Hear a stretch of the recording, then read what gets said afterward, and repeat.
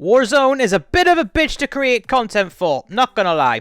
You may have noticed those on YouTube are very vocal about skill-based matchmaking, and to be honest, so am I. But why do we bring it up so often, and is there other reasons why SBMM is blamed for children dying in Africa? Well, there are other reasons why Warzone isn't really content creator friendly, and I think skill-based matchmaking gets the blame for that somewhat unfairly. So let's talk about it, and let's talk about the true state of Warzone for content creators. This video is from a content creator perspective. It's not designed to be from a general player perspective, just so you get a feeling of what we have to go through on a daily basis. This isn't a bash on COD, it's just me saying it as it is, which is a trait about me some often find offensive. Fucking snowflakes. So, Warzone is amazing for views. Let's be real, we wouldn't put up with all the shit this game makes everyone put up with if nobody wanted to watch it. Be real, man. We can bitch about this game all we like, but we're still going to play it and you're still going to watch it. That, however, doesn't mean we have to enjoy it. Warzone, though it's beat up a lot, has got its benefits. When it works, it's fun. When there is no hackers, it's fun. When the meta is balanced, it is delightful. And the things you can do in this game, and the variety of different strategies you can execute is immense. Problem is, we rarely get all these at once. There's always something. There's always a unbalanced gun problem like the DMR, and then if you've got no issues with that, then you've got people running around with the stim glitches, or then you've got people who are camping corners. Basically, there's always at least something going on at any one time. My main problem with making content for this game is the lack of casual mode. Seriously, I enjoy sitting down and just enjoying an experience. Being more relaxed makes you more entertaining, which reflects more in views. Skill-based matchmaking, yeah, I know, makes it so every game is a sweat fest. Now, I don't actually mind this. Seriously, I don't. There's a special buzz I get from slapping super sweaty tryhards with a crossbow with the boys and girls in the A1A. I enjoy wielding powerful off-meta choices that send people back to the lobby.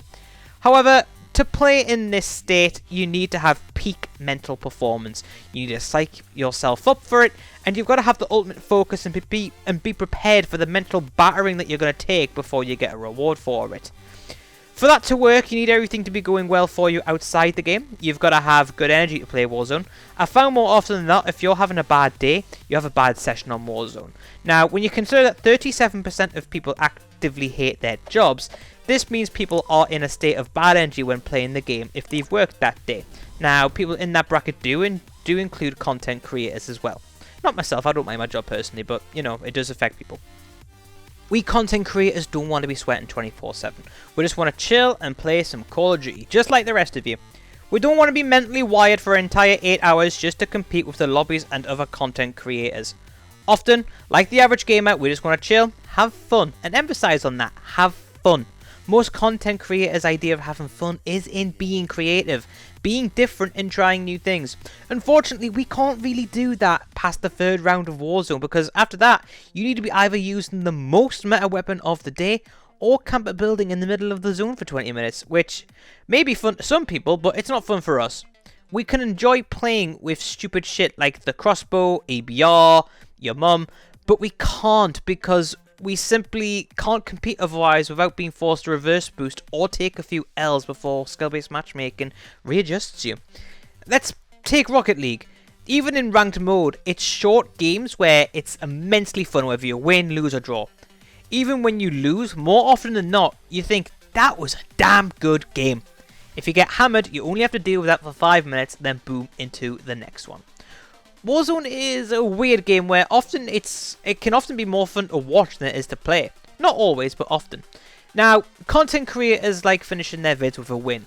It's a natural high point to end a video on, and unfortunately, when you graft to the end, you will, without question and without exception, run into this final circle which completely kills the mood. So, you will run into a team running all meta weapons. Or, you will run into a team where they're hacking. Or you will be forced to run through a team camping the only angle you have for the moving rings. There's a meme out there which is, I believe it was a team on 30 kills getting killed by a team on 1 kill in the final circle. And there's a bloody good reason for that. It's rampant. More often than not, people are abusing two of these factors too, such as camping with a MAC-10 and AMAX with claymores everywhere. So yeah, not fun. We do also need to talk about skill-based matchmaking too, because that does have an effect. it's really hard to get good gameplay. Even for Master Tier players, I'm a Diamond 1, so it's not exactly a fun time for me either. But when we do get a good game and get a bit of momentum going, it feels like I've had to wait 5 or 6 games to get there. Like, skill-based matchmaking won't hesitate to whack me up into the highest skilled lobbies after one good game. But it will take hours of bad games before I get moved back down ever so slightly. So, yeah, not fun.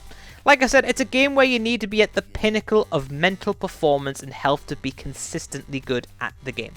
Now, as a content creators, we have destroyed and created many metas and strategies, so we contribute to this a lot at the same time, but we have to, otherwise we're not competitive with the other content creators. Problem being is it's so easy to find out what the best gun in the game is. Slap it on a class and go to town. Bad players used to use bad guns, and now bad players use OP guns. So the margin for error when trying new things is now ridiculously small. It's smaller than Trump's pecker. One missed shot with an ABR and you're melted from 80 meters away with a Mach 10. Like, I'm sorry, but what? You can check their KD and they're like 0.8 lower than you.